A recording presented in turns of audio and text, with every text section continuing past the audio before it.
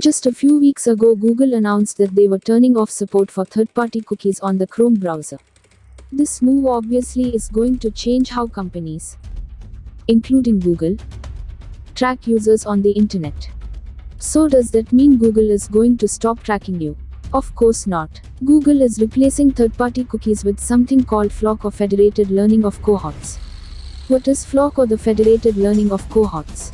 FLoC is Google's alternative to third-party cookies and is based on machine learning.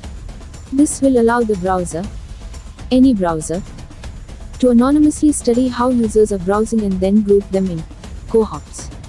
Following this, you will be served ads based on your cohort and not on your individual data.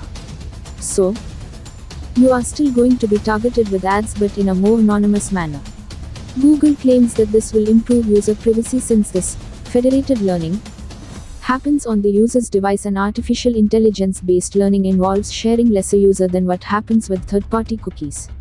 If something like this gets widely adopted by ad companies and services, it should protect users from tracking methods that are more intrusive than third-party cookies, like browser fingerprinting. Which browser are against it? Privacy-focused browser DuckDuckGo, Brave and Vivaldi have all warned users against FLoC and have said that they are going to block it on their end. Why are these browsers against FLoC? DuckDuckGo has pointed out in a statement that as a Chrome user you will be surprised to learn that you have automatically been entered into Google's new tracking method. It groups you based on your interests and demographics, derived from your browsing history, to enable creepy advertising and other content targeting without third-party cookies, DuckDuckGo said.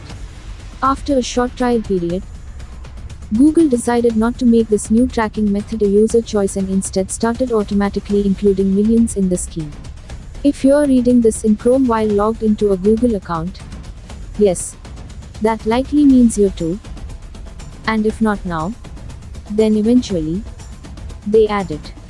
DuckDuckGo added that in response to Google automatically turning on FLoC, they have enhanced tracker blocking on their own Chrome extension to block all FLoC interactions on websites. Brave software, which offers open-source web browser Brave, has also said they will block FLoC and added that they have already disabled it over the nightly version of both Brave for desktop and Android. They are now planning to roll out the changes into the stable versions of the browser in the coming days. The worst aspect of FLoC is that it materially harms user privacy, under the guise of being privacy-friendly. Others have already detailed many of the ways FLoC is privacy-harming.